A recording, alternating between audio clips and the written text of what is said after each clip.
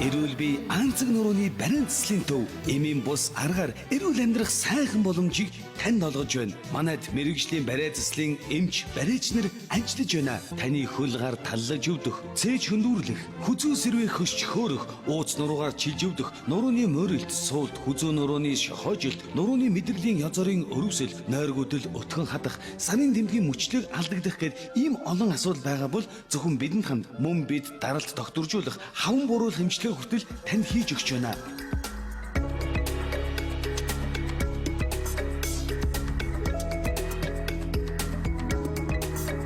Би 2012 онд миний одоо ээлдүр ээлтав нурууны доод 2 үе одоо суулт өгөөд тэгээ ерөнхийдөө мэдрэлээ дараад нэлээ хүнд байдалтай байсан. За тэгээд ерөнхийдөө эмчнэр бол заавал мэс засал хийх шаардлагатай гэдэг. Яг тухайн үед бол одоо MRI зураг авахуулаад яг Сингапур руу одоо бүхэлдээ 25 мянган доллараар одоо яг хагалгаанд орох гээд бүр яг ингээд бэлтгэл ажилтаа яг ингээд байжсэн чинь нэг хүн надаа энэ арц нурууны барианд яваад үзээч.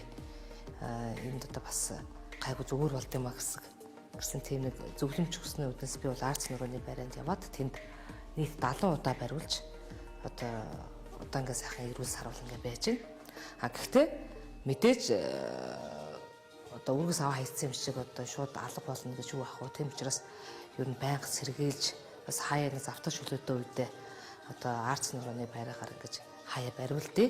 Тэгээ арц нурууны байраа бол маш олон байдаг. Тэгтээ энэ дундаа бас нэг өөрчлөлт болохоор одоо бас бариачдахаа бас чанарыг харах хэрэгтэй. Ямар ч миний хувьд бол эднийхээ өөрчлөлөд одоо сэтгэл хангалуун байдаг. Тэгэхээр та бүхэн ч гэсэн бас өөрчлүүлээрэй.